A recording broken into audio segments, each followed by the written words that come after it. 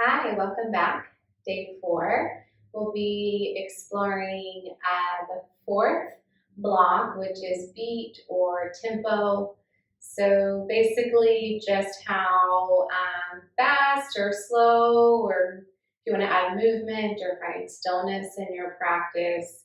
So it's really just this pace that you want to be at, and every day it might be different. So some days I like maybe a little faster class where I can burn off some of my anxious energy that I'm having that day, or I'm feeling like I want to be in more restorative poses. So I'll grab my blocks or my bolster and find my practice that way. So just knowing that you have lots of options, I don't want to overwhelm you too much right off the bat. So I'm just going to show you two different kind of ways to add movement or find stillness in your practice.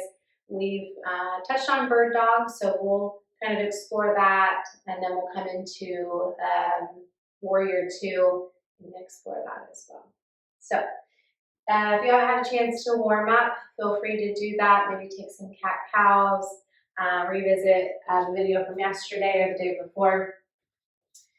But when you are ready, we'll come into our tabletop and we'll start to draw the right toes back, left arm forward. So coming into a nice modified bird dog here. So this is pretty supported.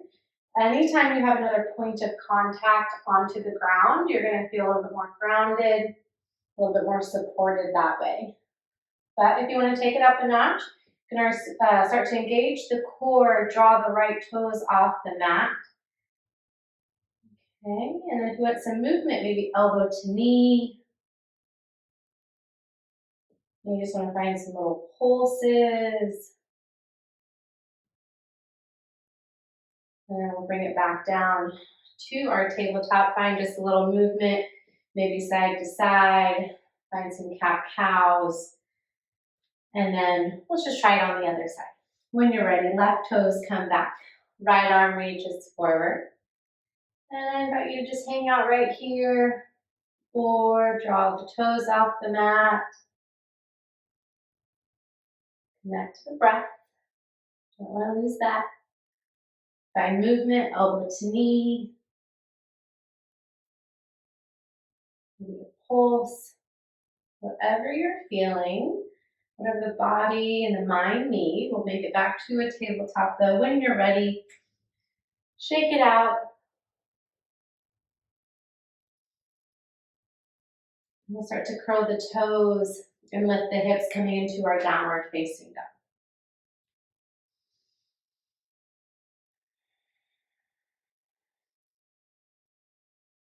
And then inhale, we'll look at the top of the mat, and we'll step to meet our hands, coming into our forward fold. And now we'll start to draw the left foot back, and we'll place the heel down, and we'll draw the arms out, coming into our warrior 2. So feel free to find what feels good here. So you want about a leg distance in between. Play around with it. You don't have to just come into a pose and stick it. Make sure that you wiggle around. See how you can make the pose a little more challenging. Again, coming back to that effort and ease. Big bend into that right knee. Make sure the knee's not tracking over the ankle. If you can still see your big toe, you're probably in good shape.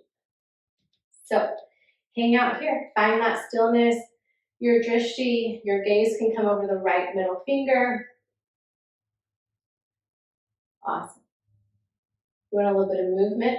We'll start to straighten out the right leg. Reach the arms up overhead. Take a nice deep inhale. Exhale, maybe sink down a little deeper. 2 more. Inhale, reach it up. Exhale up. Last one.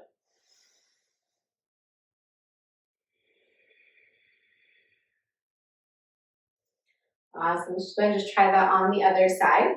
So we'll take the toes towards the back of the mat. And find your warrior 2. sink down into it. Feel nice and strong here. Opportunity to hang out right here. 4, let's start to connect breath with movement. Inhale, we'll reach the arms up overhead. Exhale, sink it down. 2 more with your breath.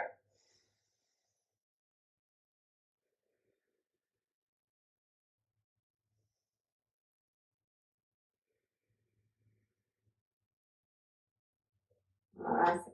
So let's go ahead and just come back, shake it out.